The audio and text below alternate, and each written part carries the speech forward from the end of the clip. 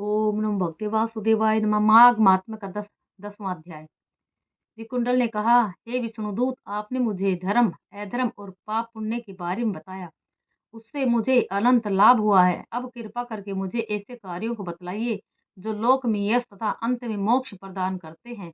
विष्णुदूत ने उत्तर दिया, हे वैश्यवर, निर्लज्जता धारण करके और स्वाभिमान त्याग कर भिक्षा मांगने वाला अर्थात समर्थ होकर भी पराश्रय जीवी होना निंदनीय कर्म है। अतएव सदगति कामियों को अपने उद्यम तथा पुरुषार्थ का आश्रय लेकर जीविकोपार्जन कर जीवन यापन करना चाहिए। इसमें भी अधर्म और अन्याय को बचे रहना चाहिए।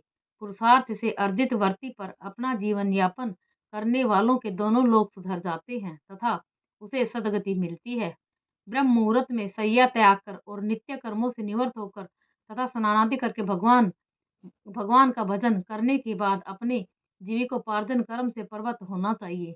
ऐसा करने वाले सब सुखों को प्राप्त करते हैं। शास्त्रकारों ने प्रातःकाल ब्रह्म मुहूर्त में शय्या त्याग करने का कड़ा आग्रह किया है। सुखी और धार्मिक जीवन जीने के लिए मनुष्य को सूर्योदय के पूर्व ही नित्य कर्मों से निवृत्त होकर स्नान और वस्त्र परिवर्तन करके ईश्वर की आराधना करनी चाहिए।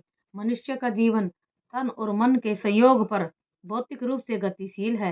प्रातःकाल के स्नान से मनुष्य का तन और मन दोनों ही स्वच्छ, निर्मल और स्वस्थ रहते हैं।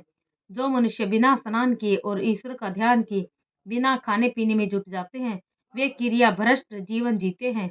आसुरी जीवन जीने वाले ऐसे व्यक्ति नाना व्याधियों के शिकार होकर संसार में भी दुखी रहते हैं और मृत्यु के बाद घोर नरकों में भयानक दुख भोगते हैं। विष्णुदूत ने आगे कहा, हे मित्र, प्रत्येक व्यक्ति को प्रतिदिन स्नान तो करना ही चाहिए। माघ मास में तो पूरे विधि विधान से करना चाहिए। माघ स्नान जो मनुष्य माघ स्नान कर स्वर्ण वस्त्र मिष्ठान तिल गुड़ इत्यादि का दान करते हैं, वे समस्त संसारिक सुख भोग कर शरीर त्याग के पश्चात विष्णु लोक को प्राप्त करते हैं।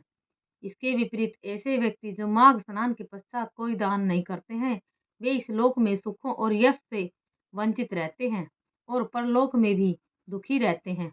उन्हें मृत्यु के बाद भी सदगति प्राप्त नहीं होती। यद्यपि वे नरक में नहीं जाते, परंतु उनका पुनर्जन्म किसी दरिद्र परिवार में होता है और जीवन भर दुखी बने रहते हैं। अतएव माघ स्नान करने वाले मनुष्य को चाहिए कि स्नान के पश्चात यथाशक्ति दान अवश्य करे।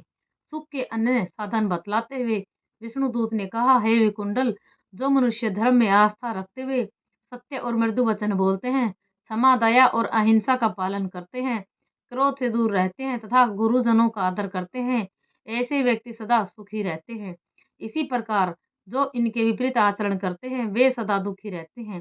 हिंसा, चोरी, परस्त्री गमन करने वाले भी सदा दुखी रहते हैं और अंत में नरक को प्राप्त होते हैं। तीर्थ स्नान पर किए गए पाप कई गुना अधिक भयानक फलदायी होते हैं और इनसे घोर नरक प्राप्त होता है। अतः मनुष्य को तीर्थ स्थानों में पाप करने से प्रयास पूर्वक बचना चाहिए। प्रातः काल के स्नान में गंगा जी का स्मरण अवश्य होना करना चाहिए और हर हर गंगे उच्चारण करना चाहिए। गंगा जी का नाम और ध्यान मात्र ही अनेक पापों का शमन कर देता है, जबकि गंगा जी में श्रद्धा पूर्वक किया गया स्नान तो अनिवार्य रूप से मोक्ष प्रदायक है ही। देवदूत ने परिस्त्रीगमन को महापाप बतलाते हुए कहा, हे मित्र, दूसरों की माताओं और बहनों को सदैव अपनी माता बहनों के समान समझना चाहिए। जो मनुष्य संसार के सभी स्त्रियों के प्रति माता, भगिनी तथा पुत्री भाव रखते हैं, वे यम यातना से मुक्त रहते हैं। इसी प्रकार माता पिता तथा गुरुजनों की सेवा करने वाले भी दोनों लोकों में सुख प्राप्त करते हैं। जो स्त्रियां अपने शील और धर्म का पालन करती हैं, वे भी दोनों लोकों में सुख प्राप्त करती हैं।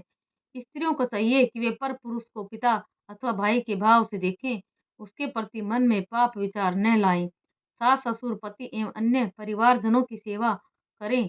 सदाचार और मर्यादा इत्यादि का पालन करने वाली स्त्री दोनों लोकों में अनंत सुख प्राप्त करती है।